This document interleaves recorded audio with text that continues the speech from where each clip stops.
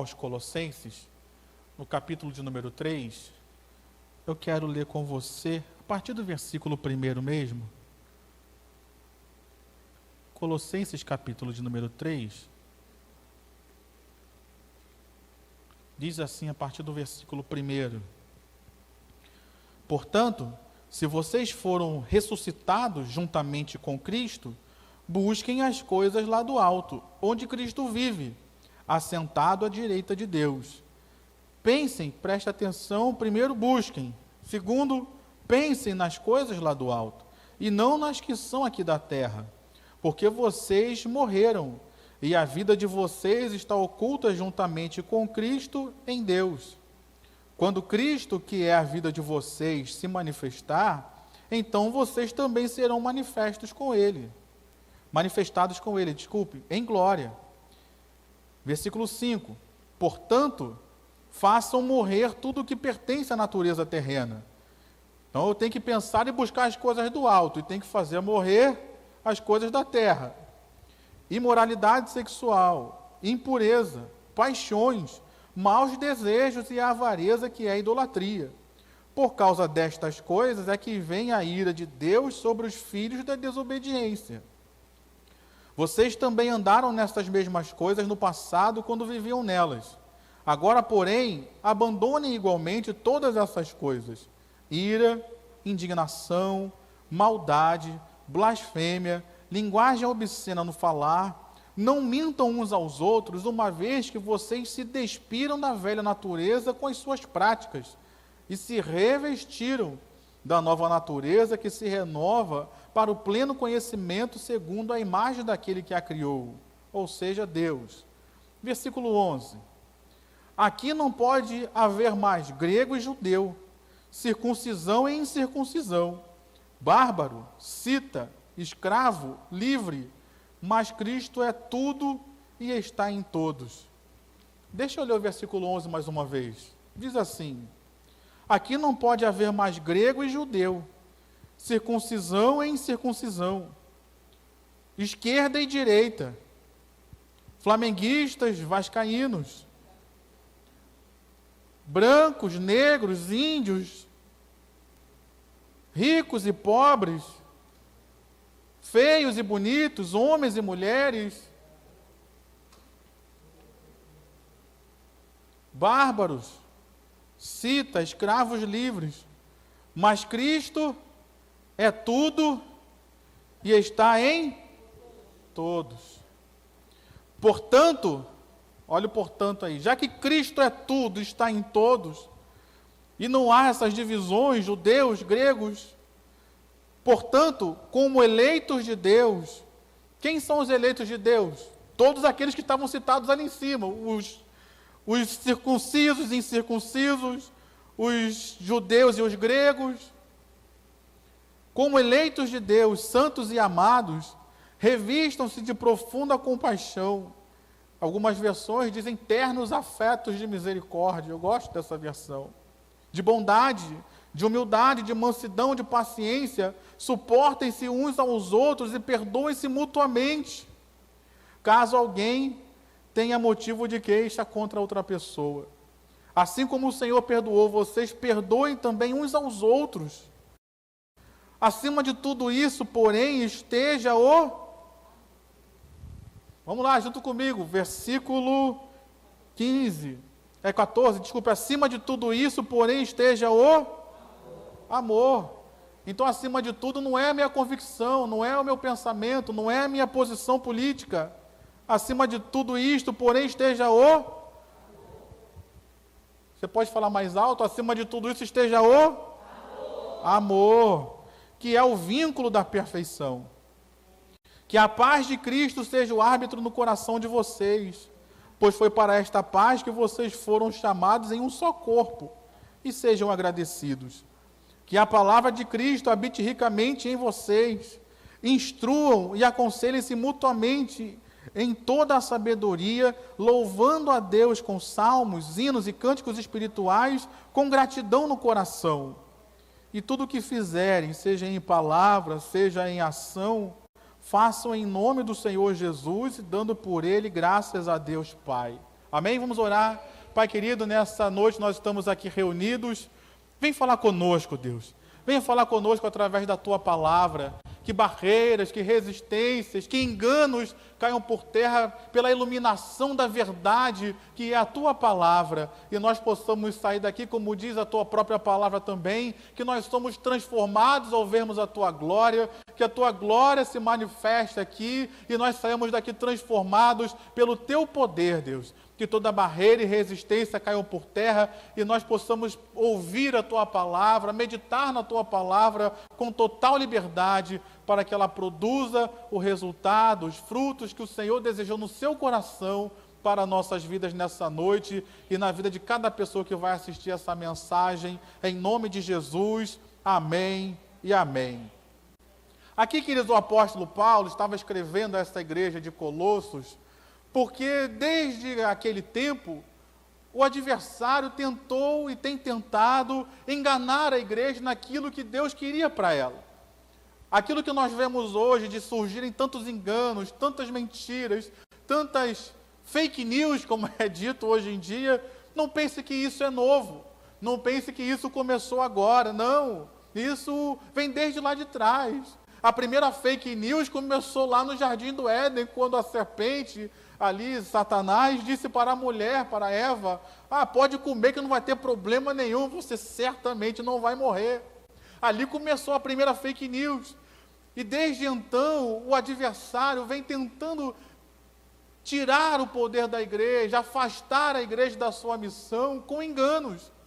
O apóstolo Paulo, então, ele foi usado por Deus para nos trazer essa revelação, nos trazer esse entendimento, para que nós possamos nos posicionar naquilo que Deus tem para nós.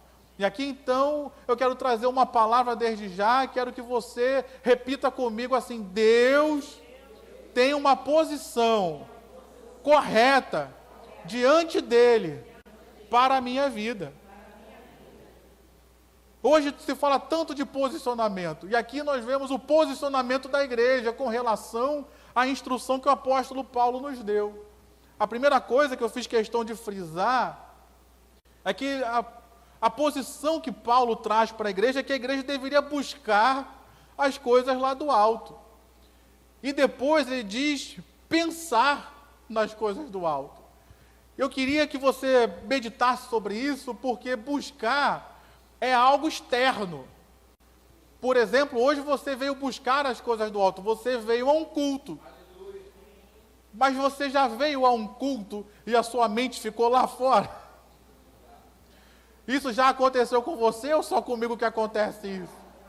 Então perceba que o apóstolo Paulo está falando de uma transformação não só na sua atitude, no seu exterior, que eu devo buscar a Deus, eu devo praticar as coisas de Deus, eu devo vir à casa de Deus, eu devo estar em comunhão, eu devo estudar, eu devo cantar, eu devo falar com Deus.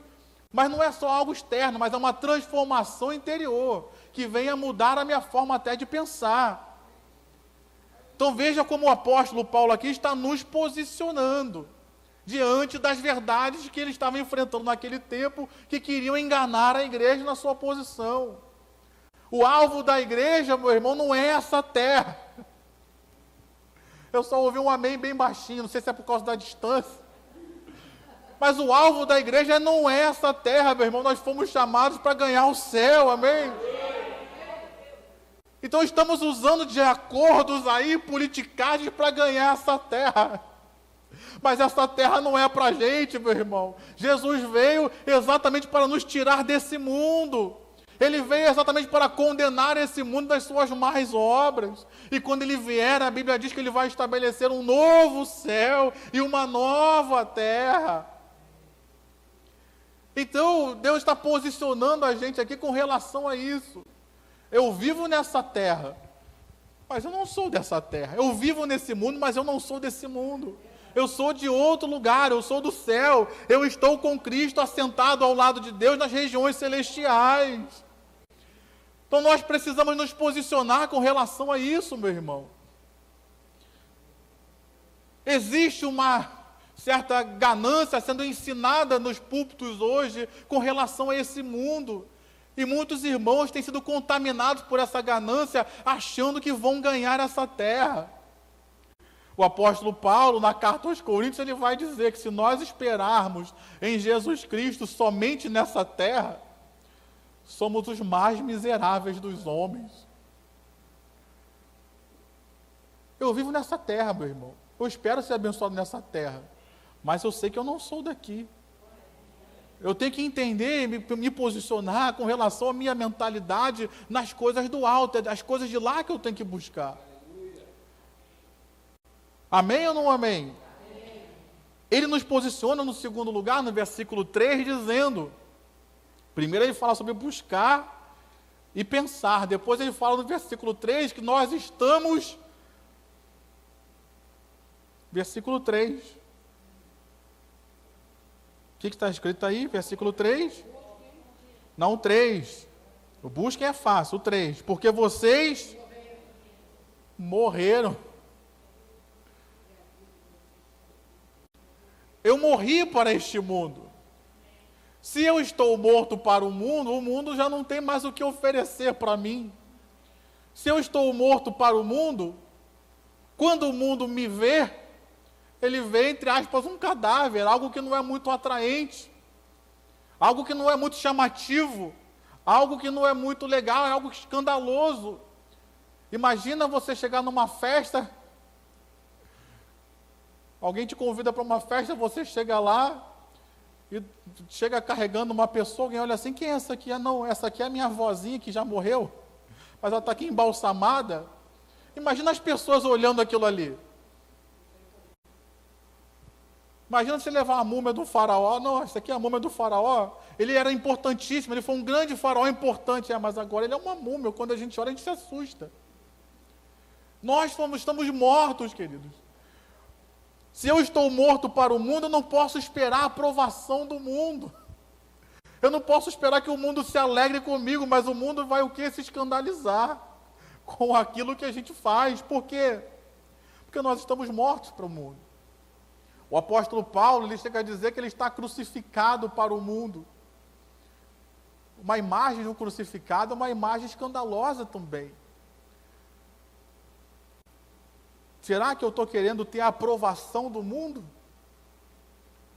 Lembre-se, o sistema mundial, que é corrompido, que é contrário a Deus, foi esse sistema que crucificou a Cristo. Como é que eu, sendo servo de Jesus, buscando ser semelhante a Ele, buscando fazer aquilo que Ele fez, andar nas pisadas que Ele andou, como é que eu espero ser aceito num mundo que Cristo foi crucificado? Alguma coisa está de errado, queridos.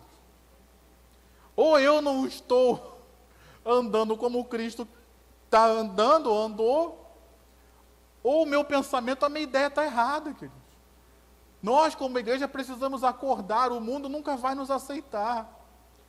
Se nós estivermos esperando a aprovação desse mundo, meu irmão, eu venho aqui trazer uma verdade para você, esse sistema mundano nunca vai aceitar a igreja.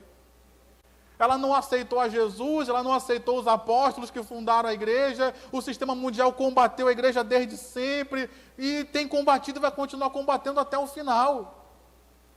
Nós estamos mortos para esse mundo, nós estamos mortos para esse sistema. Paulo estava posicionando aquela igreja, não, vocês morreram, estão vivos em Deus, mas para esse mundo, mortos. E aí ele começa então, versículo 4, ele nos dá uma outra informação. Ele fala, versículo 4, quando Cristo, que é a vida de vocês, se manifestar, então vocês também serão manifestados com Ele em glória. Está falando da ressurreição, queridos. Está falando da eternidade. Está falando da volta de Jesus. Está falando que Jesus vai voltar. Será que nós temos vivido na perspectiva da volta de Jesus? Perceba que Paulo estava posicionando a igreja.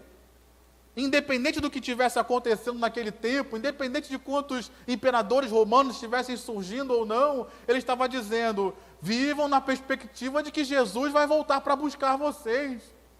Nós estamos hoje vivendo uma perspectiva, quem é que vai ficar no governo, quem é que não vai, será que o que ganhou vai ficar, será que o que não ganhou não vai ficar? Meu irmão, mais importante do que viver na perspectiva do novo governo é viver aguardando ao Senhor e Salvador Jesus Cristo, porque eu não sei nem se esse governo vai chegar até o final, mas uma coisa eu sei, Jesus vai vir buscar o seu povo. Nós, como igreja, temos que estar posicionados ao lado de Jesus, queridos. Essa é a nossa posição. Paulo estava então posicionando a igreja naquilo que deveria fazer. Do versículo 5 ao 10, deixa eu caminhar. Primeiro ele mostrou o ideal. Busca as coisas do alto. Pense nas coisas do alto. Vocês já morreram para o mundo. Jesus vai voltar e vocês serão transformados e viverão para sempre em glória. Ele mostrou o ideal. Aí ele começa. Para que esse ideal aconteça, ele usa duas palavras aqui, versículos 5 a 10. Fazer morrer e despojar. Fazer morrer toda a natureza terrena, despojar, se despir do velho homem. E aí ele usa uma outra frase, uma outra palavra, desculpe, que é você se revestir. Para eu pensar nas coisas lá do alto, buscar as coisas lá do alto, estar mortificado, viver nessa esperança, eu preciso matar aquilo que há em mim, que é da velha natureza. Não é à toa que ele coloca entre as características da velha natureza e da nova natureza, a questão da unidade. Ele coloca do versículo 5 a 10, faça morrer, se despoje. No versículo 11 ele diz que em Cristo não há divisões, não há bárbaro, não há cita, não é circunciso, não há circuncisão, nem circuncisão, não há grego, não há judeu, mas Cristo é tudo em todos. Aí ele fala das virtudes, vamos nos revestir então, como eleitos de Deus, santos e amados. Então perceba que para que haja essa unidade no corpo de Cristo, algumas coisas precisam morrer em mim. Nós somos muito bons em dizer o que precisa morrer no outro. Mas aqui Paulo está dizendo para nós, algumas coisas precisam morrer em mim. E ele lista aqui algumas coisas, mas tem outras coisas que ele não lista, mas que também fazem parte da natureza terrena, pecaminosa, que está em nós. E que precisa ser mortificada, queridos. Além disso, ele coloca as virtudes que precisam ser cultivadas. Compaixão ou misericórdia, se você preferir. Humildade, mansidão. Será que precisa de um pouco disso, hoje em dia, no meio do povo de Deus? Será que nós precisamos ter um pouco mais de compaixão uns com os outros? Será que nós precisamos, depois desse período eleitoral que nós tivemos, será que nós precisamos perdoar uns aos outros? Talvez levar essa palavra para a nossa família, quantas famílias aí divididas por causa desse período eleitoral. Será que nós não precisamos trazer um pouco dessa palavra para dentro da nossa casa e perdoarmos uns aos outros? Humildade, queridos. Será que às vezes a gente não precisa ter um pouco de humildade, de reconhecer que a gente extrapolou? Errou na medida? Será que a gente não precisa de, como diz o texto, suportem-se uns aos outros? Perdoem-se mutuamente? Caso alguém tenha motivo de queixa contra outra pessoa, assim como o Senhor perdoou, vocês perdoem também os outros. Acima de tudo, isso esteja o amor. Cristãos que estão querendo aí brigar na rua com outros cristãos, saindo no tapa. É no tapa que a gente vence, irmão? Foi no tapa que Jesus venceu? No poder do amor. O texto diz, acima de tudo, acima do meu posicionamento político, acima da minha vontade, acima do meu querer, seja o amor, queridos. Que a paz de Cristo seja o árbitro no coração de vocês. pois foi para esta paz que vocês foram chamados em um só corpo. Preste atenção no que Paulo está dizendo, havia divisões naquela igreja também. Havia pensamentos contraditórios e Paulo estava dizendo que vocês vivam em paz. Porque para isso vocês foram chamados, não para viver em guerra, um lutando contra o outro, mas viver em paz uns com os outros, dentro do corpo de Cristo. Cristo não está dividido, irmãos. E nós também não podemos estar. Estamos todos inseridos no mesmo corpo. Então perceba, Paulo, ele mostrou o ideal primeiro. Buscar, pensar, vocês estão mortos para o mundo, Cristo vai voltar. Ele disse o que precisava tirar, o que precisava acrescentar. Precisa sair a carnalidade, precisa se despir dessas coisas, precisa se revestir do novo homem, que se refaz à semelhança de Deus. Aí agora ele dá a solução. Como é que eu faço isso? Como é que eu saio de um estado de guerra para um estado de paz? Como é que eu saio de um estado de ira para um estado de amor e reconciliação? Preste atenção, o texto é didático aqui para nós. Versículo diz assim, versículo 16, que a palavra de Cristo habite ricamente em vocês. Primeira coisa, como é que eu mortifico a carne, saio desse estado de carnalidade e vou para um estado de viver segundo a vontade de Deus? Palavra de Deus, querido. Não tem como a minha vida ser transformada sem a palavra. Não tem como a minha vida ser mortificada sem a palavra. Segunda coisa que ele fala: instruam e aconselhem-se mutuamente em toda a sabedoria. Aprender, queridos. E aprender não só aprender sozinho. Você está aqui, você está aprendendo com alguém. Você está aprendendo com relação ao reino de Deus. Você está aprendendo a palavra de Deus. Você está aprendendo como viver da forma como Jesus ensinou a viver. Instruam-se, estejam abertos a isso. Hoje em dia, por causa das redes sociais, por causa do Google e essas coisas mais, a gente perdeu a humildade de aprender com o irmão. Nós nos sentimos autossuficientes no aprendizado porque eu posso ir no Google e posso ir lá digitar alguma coisa e vai me dar uma informação, vai me mostrar o vídeo de alguém que já falou sobre aquilo, e a gente está perdendo o aprendizado interpessoal. Paulo está ensinando aqui: instruam-se uns aos outros, aconselhem-se mutuamente, aprendam a conviver juntos. Você não é uma ilha, meu irmão. Você é membro do corpo, você faz parte do corpo. Em toda a sabedoria, sabedoria de Deus. Louvando a Deus com salmos, hinos e cânticos espirituais. Aqui fala então do louvor como peça de transformação também, como arma de Deus para as nossas vidas, como a Bíblia mesmo fala, que Deus é entronizado em meio aos louvores do seu povo. Então, quando nós oramos em congregação, Deus está agindo, Deus está trabalhando, Deus está se movendo. Então, nessa noite, meu irmão, precisamos nos posicionar, mas nos posicionar onde Deus quer que a gente esteja.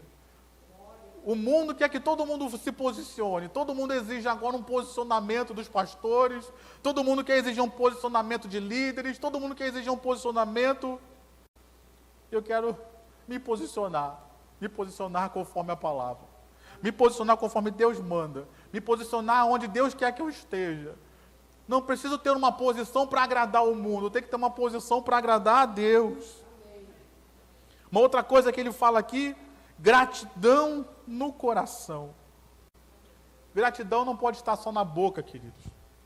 Muitos de nós aprendemos a gratidão de boca. Alguém fez uma coisa para mim, eu falo muito obrigado. Mas a gratidão tem que vir do profundo do coração, de um reconhecimento da bênção que a pessoa fez por mim e eu não tinha como fazer. Isso é transformação de vida, queridos. O apóstolo Paulo estava nos ensinando aqui, e ensinou aos Colossenses, está nos ensinando aqui também, versículo 17. E tudo que fizerem, essa aqui me pegou legal. Não pode ser só a maioria das coisas que eu fizer, não. O texto está dizendo: e tudo que fizerem, seja em palavra e seja em ação. Não pode ser só em ação, não. Pode tirar as palavras. Preste atenção no texto. Tudo o que fizerem, seja em palavra, seja em ação, façam em nome do Senhor Jesus, dando por Ele graças a Deus Pai. Será que eu consigo conciliar isso e ficar batendo boca no Facebook com irmãos que pensam diferente de mim? Eu estou fazendo isso para a glória de Deus? Deus está sendo glorificado quando a igreja está indo nas redes sociais, um matando o outro, um brigando com o outro? Jesus está sendo glorificado nisso, o Pai está sendo glorificado nisso. Dizer aqui, e tudo o que fizermos, seja em palavra, seja em ação, façam em nome do Senhor Jesus. Deixa eu traduzir aqui para nós, na linguagem, essa aqui é a linguagem Nova Almeida atualizada da Sociedade Bíblica. Eu vou fazer na linguagem Nova Rafael, interpretada. Ele está dizendo aqui o seguinte: tudo aquilo que você falar e fizer, seja como se Jesus estivesse falando ou fazendo. É isso que Paulo está dizendo aqui. Fazer em nome de Jesus era como se fosse Jesus fazendo. Você vê Jesus fazendo certas coisas que muitos irmãos estão fazendo? Eu não vejo, queridos. Jesus foi uma pessoa que soube aglutinar junto de si diferentes pessoas. Tinham pessoas ali que eram pescadores. Tinham pessoas ali que tinham formação, como Mateus ou Levi, se você preferir. E ele era publicano, ele era servidor de Roma. Tinha pessoas ali, como Simão Zelote, ele era daqueles revolucionários que queriam libertar Israel do jugo de Roma. Talvez tenha feito até alguma revolução, talvez ele tenha até matado pessoas, a gente não sabe, não tem um histórico. Mas Jesus conseguiu trazer perto de si pessoas de diferentes pensamentos, diferentes situações, e manteve um milagre talvez tão grande quanto curar enfermos, expulsar demônios, foi manter aqueles 12 juntos ali durante aquele período de tempo. Era um milagre a cada minuto, aquelas pessoas permanecerem juntas. Em nenhum momento Jesus expulsou nenhum deles, pelo contrário, ele disse: aquele que vier a mim, de maneira nenhuma o lançarei fora. Aqueles que o Pai me deu estão nas minhas mãos, e das minhas mãos ninguém as pode arrebatar. Jesus não jogou ninguém fora, Jesus não abandonou ninguém. Ele tratou as pessoas para que elas fossem transformadas à imagem dele. Agora, a partir do momento que uma pessoa pensa de diferente de mim, ainda que ela esteja pensando errado, se eu digo para ela, excluo ela da igreja, eu estou tirando dela a oportunidade de transformação. Não, meu irmão, isso não é evangelho. Que evangelho é esse que a gente pensa diferente e exclui o outro? Que evangelho é esse? Não. A gente pensa diferente. Vamos ver o que eu penso, o que você pensa à luz da palavra de Deus. Porque o que vale na igreja não é nem o que eu penso, nem o que você pensa, mas é o que Jesus diz na sua palavra. Então nós precisamos nos acomodar à mente de Cristo. Tudo o que fizerem, anota isso aí na sua Bíblia, anota isso aí no seu caderno, anota isso aí no teu celular, anota isso aí no monitor do teu computador. Toda vez que você for lá, como diz o pessoal da internet, aí vai fazer uma treta. Quando for fazer uma treta no computador, eu ouvi isso aí não vou aguentar não, tu bota lá, tudo o que fizer, seja em palavra, em ações, faça tudo em nome do Senhor e para a glória de Deus. Aí quando você for fazer uma treta lá na internet, você vai fazer tudo para a glória de Deus, acho que isso aí não vai ser glorificado não. Acho que eu vou escandalizar mais do que glorificar. Eu acho que eu vou afastar mais as pessoas de Jesus do que aproximar. E eu acho que isso vai ser um grande filtro nosso, para a gente continuar vivendo nesse último tempo, queridos. Porque, preste atenção, do jeito que as coisas estão, muito provavelmente essa polarização que temos visto não vai acabar em janeiro, quando o novo governo tomar posse. Então nós precisamos nos posicionar como cristãos, queridos. para que no meio dessa situação toda que nós temos vivido e provavelmente vai se prolongar, nós possamos ser cristãos de verdade, que vão fazer a diferença como o apóstolo Paulo fez, como os discípulos fizeram, como Jesus fez, porque eu tenho certeza que Deus, independente de qualquer governo, Ele tem um plano para a sua igreja. E eu tenho certeza que, independente de qualquer governo, é o plano de Deus que sempre prevalecerá, porque Ele é poderoso e fiel. A igreja não está nas mãos de pastores, a igreja não está nas mãos de líderes humanos. A igreja ainda é a noiva de Jesus, e Jesus vai continuar sustentando, abençoando, cuidando e usando a sua noiva para a glória do nome dEle. Você que crê nisso pode aplaudir ao Senhor e dizer glória a Deus. Se coloque de pé.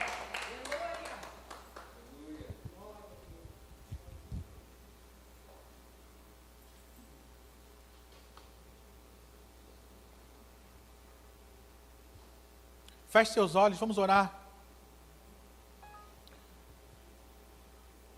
Talvez nessa hora, meu irmão, uma coisa que nós precisamos fazer é pedir perdão.